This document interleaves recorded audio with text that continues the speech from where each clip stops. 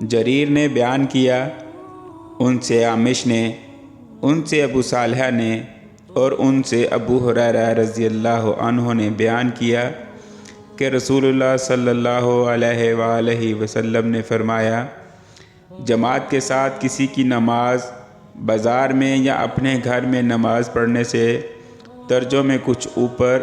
20 درجے زیادہ فضیلت رکھتی ہے، کیونکہ جب ایک شخص اچھی طرح وضو کرتا ہے پھر مسجد میں صرف نماز کے ارادے سے آتا ہے، نماز کے سوا اور کوئی چیز اسے لے جانے کا باعث نہیں بنتی، تو جو بھی قدم وہ اٹھاتا ہے اس سے ایک درجہ اس کا بلند ہوتا ہے یا اس کی وجہ سے ایک گناہ اس کا معاف ہوتا ہے۔ اور جب تک ایک شخص اپنے اس مصلے پر بیٹھا رہتا ہے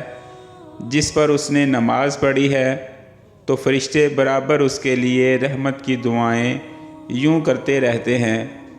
اے اللہ اس پر اپنی رحمتیں نازل فرما،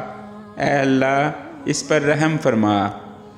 یہ اس وقت تک ہوتا رہتا ہے جب تک وہ وضو توڑ کر فرشتوں کو تکلیف نہ پہنچائے۔ جتنی دیر تک بھی آدمی نماز کی وجہ سے رکا رہتا ہے وہ سب نماز ہی میں شمار ہوتا ہے۔